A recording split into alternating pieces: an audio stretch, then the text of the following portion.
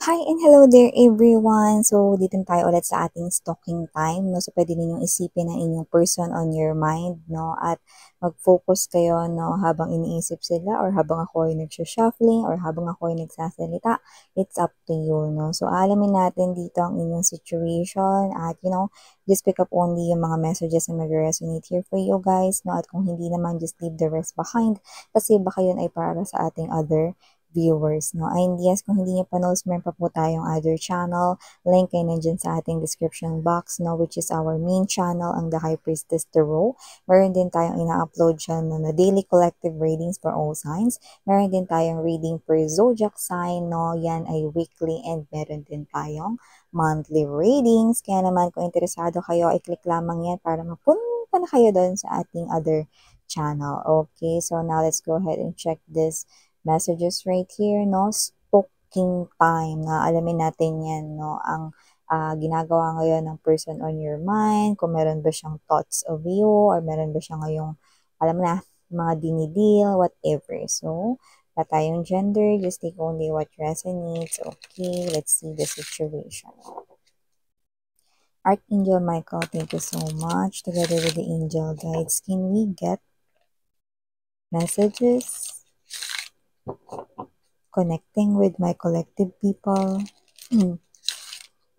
What are their situation with this person here? Can you please show me?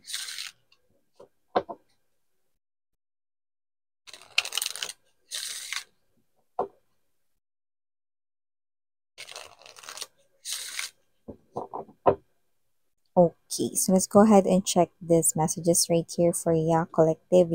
Just take only what resonates, guys. Babae, lalaki, LGBT, everybody welcome. Okay? We do have here marriage. Wedding bells are ringing. So it looks like kung sino man tong energy na to, no, pwedeng kayo ay kasal, pwedeng husband or wife mo siya, no, pwedeng may different kayo sa skin color, no, but doesn't have to be. But I'm also seeing right here different sa inyong age, no. Pwedeng may age gap din dito, no, or hindi kayo rito parehas ng edad, no. Maybe someone here is younger or older than the other, okay? And kung sino man yung iba rito, pwedeng fiancé nyo na siya or ikakasal na kayo sa kanya or baka siya yung gusto ninyong pakasalan, no? Yun yung nakikita natin dito. Okay, so let me see more. We also have here this self-love. So love yourself first. Yeah, definitely. Yung iba sa inyo, no, pwedeng nakita ninyo yung sarili ninyo with this person. Nakita ninyo yung self ninyo growing old kasama itong tao na to, no. At yung iba, ha, mukhang siya yung naa-attract nyo rito na true soulmate ninyo. Like, wala pa siya, no, but you're attracting here someone na pakakasalan na ninyo. Wow, this is something here na pwede ninyong i-look forward dito, mga sweethearts, no. And it looks like I'm spilling the beans. My throat chakra is reacting right now. No? It looks like parang eto na nagpe-prepare na, no, na masabi ko sa inyo yung mga next thing na pwede ninyong abangan sa inyong love life or relationship area. So, yun yung mga babes. It looks like parang, o teka muna, huwag mo muna sabihin masyado dyan sa mga collective mo yung mga mensahe na ito para hindi sila masyadong ma-excite, para hindi nila masyadong abangan, para hindi sila masyadong mag-focus dito para mas ma-attract nila to ng mabilis na. Pero syempre, babes, no? Ibig na sabihin nun, huwag kayo maging too attached, no? Para mas mabilis ninyo ma-attract itong future spouse ninyo, mga babes, no? So, yung iba, kakonect nyo na siya. This person here is already in your life. Okay, just take how this resonates. May beautiful messages. So, we have here the momento. Okay? A gift from someone special. Wow! So, I think this is the gift right here for you guys. Okay? Gift ni universe right here for you na wala na kayong kakailanganin pa when this person here ay dumating. No? It looks like you're gonna meet this person here through an event or a party. Pwedeng may okasyon. Kahit ano man yan. Mapa sa trabaho ninyo, mapa sa inyo rito, no, na circle of friends, no? Pwedeng ma-meet mo siya through a party, occasion, no? Or merong gathering dito, no? Could possibly be someone na ipakilala sa'yo ng iyong family member or one of your friends or your colleagues right here, no? And nakikita ko na siya yung gift dito sa'yo ni universe kung saan nakikita ko na pagdating niya, okay, check niya dito ang inyong mga boxes dito, yung checklist ninyo when it comes to future spouse, taong makakasama na gusto ninyo, no, na mag-grow old with, no? So, everything mukhang tataglayin niya yun, mga babes. And for some reason, nakikita ko rito na magde-date kayo ng tao na yan, no? I'm seeing you sitting, no, in front of that person, chit-chatting, having that coffee talk, yan, no? Mag-uusap kayo or maybe that is date, pwedeng dinner date, no? Or kakain kayo sa restaurant, ano man yung araw, no?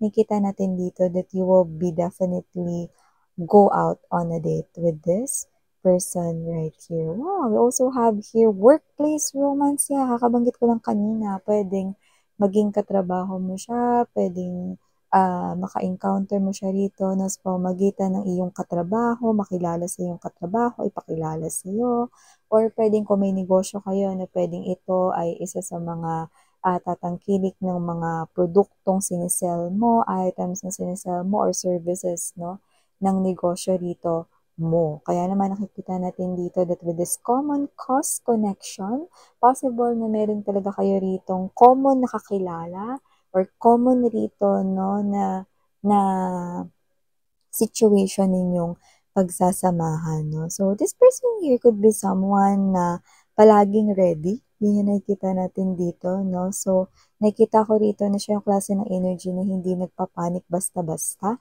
And for some reason, possible na meron siyang background ng military but doesn't have to be. Pwede rin naman yung profession niya ay police, police woman, policeman, yan, no? Pwede rin naman na sundalo siya, no?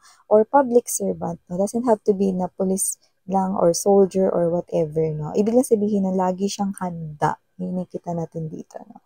So, parang nakikita ko dito na parang kapag ka siya yung kasama mo, kunwari, meron kayong hindi nadala, no? Nag-hiking kayo, nag-camping kayo, no? Kaya niyang gawa ng paraan, no? Kunwari, iwan niyo yung lighter, iwan niyo yung mga babes, no?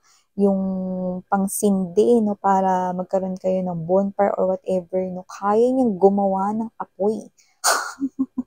Ganun siya kahanda, no? Alam niya yun, Girl Scout na Girl Scout, Boy Scout na Boy Scout ito. Ano?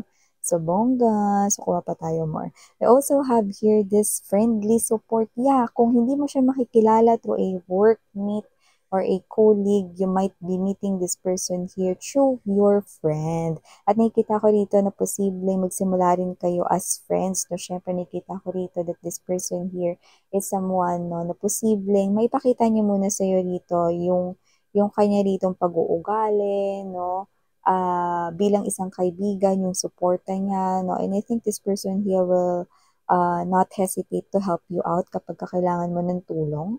So, nakikita ko rito na itong person na to, no, is well-guided, no? Yan, no? With the fairies, guides, and friends, you know, give aid. So, nakita ko rito, no, na posible talagang siya ang gift sa'yo ni universe. We have here divine unseen forces. So, meaning to say, siya yung gift sa'yo ni universe dito. Okay? So, posibleng mag-iba yung tingin mo sa kanya, no, kung katrabaho mo siya, no, mag-iiba yung tingin mo sa kanya unti-unti, no, at makikita mo siya dito bilang isang lalaki or babae, no, na pwede mong ma-inlaban. Yan, no, ma-inlaban. So, we also have here this proposal. See, yung iba nag-propose na nga sa inyo mga babes, no? At yung iba nakikita ko dito na kung dumating na siya, wala pa kayong connection. Definitely na this person here will be asking you that important question, no? Important question, no? Will you be my girlfriend or will you be my boyfriend kind of thing? So, that will be the first proposal that this person here is about to mention or ask of you. So, nakikita ko dito that this person here is someone who's gentleman, gentlewoman. Yan, see, tinan mo yung pagkakahawak niya sa inyong kamay dito mga babes na napaka-gentle. At kung sino man to mga babes, so posibleng makilala mo to, no, ngayong summer season, kung hindi mo siya nakikilala, no. So, kung sino man siya, nakikita ko na posible na itong tao na to, no, is someone here that will definitely make your heart skip a bit no, every time, no? So, kung sino man siya, nakikita natin dito, no, na kung wala pa siya, pwedeng this summer season, kainitan ng panahon mga babes, nakita mo yung topless siya. So whatever the case may be, maybe this person here is also taking his or her body, you know. Yung iba pwede makilala mo siya sa gym or whatever, you know. So nakikita natin yan dito na, but more likely I'm also picking up right here, no, bakasyon, no, vacation, no. Pwede makilala mo siya habang ikaw ay nakabakasyon, pwedeng vacation leave yan na in-apply mo rito sa iyong trabaho, or ikaw to na nag-relax lang dito, tapos pag uwi mo, mayroon ka ng jowa. So, may ganun, no? Meron ka ritong makikilala na nakikita ko na itong proposal na yan na will you be my girlfriend, will you be my boyfriend, well, definitely magiging marriage yan. So, yung iba nga rito ay kasal na kayo ng tao na yun, pero ang ganda pa rin ng pagsasama ninyo, no? Self-love dito, kung kayo na ng tao na yan at kung kayo ay kakasal dito or ikinasal na, parehas kayo rito na nirerespeto ang privacy ng isa't isa, no? And time with friends ninyo, pinapayagan ninyo yung inyo ritong asawa, no, na sumama sa kanyang mga friends, no, kapag ka sila ay meron ditong kita-kita, no, or may laro sila, basketball, ganyan, or whatever, no, at tayong gender dito, no, so, ikaw din, pinapayagan ka niya rin dito, no, kapag ka gusto mo rito ng time for yourself or me time mo rito, no, then, yan, no, babe, patala ako sa mall kasi mag-shopping lang ako, yan, no, then pinapayagan ka niya rito, no? So, parehas kayo ritong may respect and at the same time, tiwala. Yan, no? So, nakikita ko dito maganda yung pagsasama ninyong dalawa. And bottom of the deck, we have here, open your heart. Love is the highest energy of all. Let it in. Yan, no? So, dumighay pa ako. Excuse me. So, nakita ko dito mga babes na kung sino man talaga yung mga energies dito na open your heart daw, sweetheart, and open your arms because malapit mo na mahagkan ang iyong the one. At yung iba, nasa piling mo na to, tingnan mo naman yan. Ang sweet nyo pa rin kahit na yung iba, no, is kayo ay kasal na ngayon. Ang sweet, sweet nyo pa rin dalawa, no. Kasi nga, yung inyong relationship, no, ay may pagrespeto at may tiwala kayo sa isa't isa. See, love is the highest energy of all. Let it in. So nakikita ko na talagang ang inyong road to growing old together ay talaga naman na mangyayari rito. No? At tatanda talaga kayo rito na magkasama. That's what I'm seeing. Kasi una sa lahat, with the momento, no? And with this divine unseen forces, fairies, guides, no? Ibig lang sabihin nito, no, na talagang yung tao na yan ang padala ni universe sa iyo. At yan ay ang iyong destiny. So, kuha pa tayo ng iba pang mga messages dito, mga babes. Dito naman, tell me more about this messages right here. Okay. Alamin natin yan. Taray, yun ang love lives. Okay. Tell me more about the situation.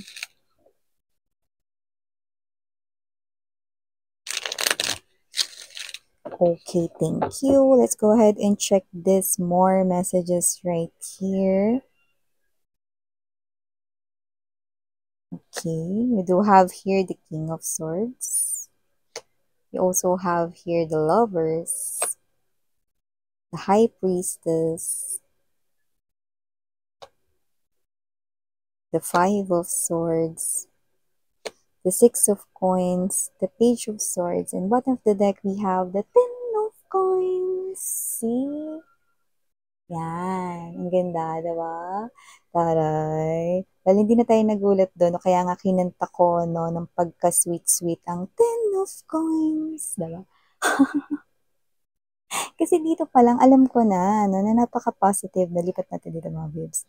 Na napaka-positive nitong reading. O, tinan mo, with the star card energy, no, katuparan talaga ng wish ito. You know? Diba? Bongga, guys, no? So, nakikita ko dito, no, na itong person mo, no, is someone here na, pinoprotektahan niya kayo, no, pinapagalitan niya kayo minsan, no, kapagka alam niya rito, no, na ikapapahamak ninyo yung isang bagay, no, kunwari, na-late na kayo ng umuwi, no, "Be, wag ka naman masyadong late umuwi, hindi mo naman alam na maraming tarantado diyan sa labas." Yan, no, may mga gano'n siyang klase ng energy. Yan mga babes, wag kang magulat. Diretsahan sa channel na 'to 'no, 'yan 'no. So yun nga, possible na gano'n siya 'no, 'yan. Sa'yo may tiwala ako pero yung mga nandiyan sa labas hindi 'yan katiwa-tiwala kaya please lang o kaya tawagan mo ko 'pag ano susunduin kita, 'yan dadaanan kita, 'yan 'no.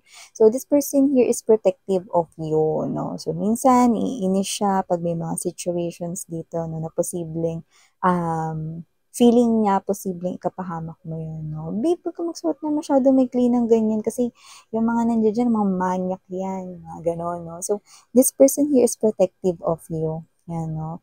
Or siya ito na, "Babe, wag ka munang pumunta, ibahin mo na lang yung pupuntahan ninyo ng iyong mga friends kasi diyan sa place na yan parang ang alam ko hindi pa safe diyan pumunta." So, may mga sinasabi siya rito 'no, na inililihis kayo dun sa kapahamakan. So, this person here is someone who's protective of you.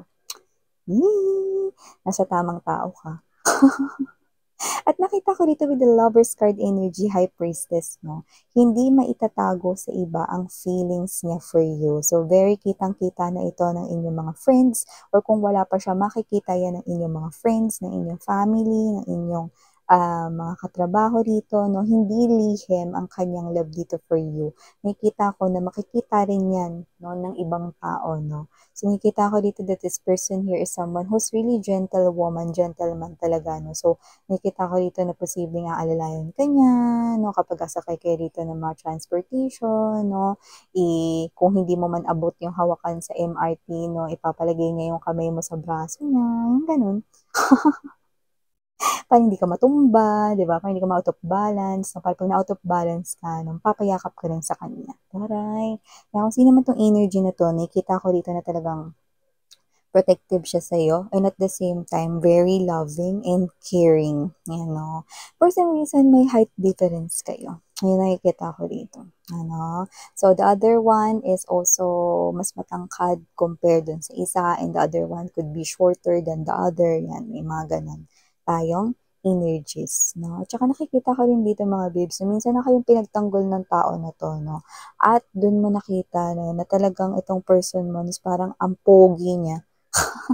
Or mas lalo siyang pumogi or gumanda nung pinagtanggol niya kayo rito or baka itong pinapakita na 'to sa'kin 'no, ay ang posibleng nagpamulat sa'yo 'no. Baka may situation noon 'no, na posibleng nung friend mo pa lang siya or nung katrabaho mo pa lang siya rito, nagsisimula pa lang ang inyong koneksyon 'no, posibleng may ginawa siya rito na nakita mo siya in a different light 'no, na parang puwedeng pinagtanggol ka niya 'no, may sitwasyon na posibleng gano'n, 'yan.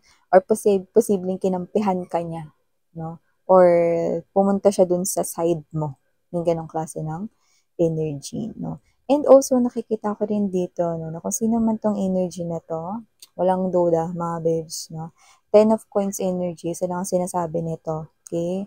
This old man right here 'no, and this old woman right here ay talaga namang ang goal ninyo na tumanda together 'no. Nakikita ko na mas-establish ninyo ang magandang future for your children or sa mga inyong anak. Kung may anak na kayo ngayon 'no, you're gonna establish a beautiful future for your children and yung iba na wala pa kayong anak because this person here is still, papunta pa lang sa inyong way, nakikita ko that you're gonna grow old together and you're gonna establish a better future for your children, 'no?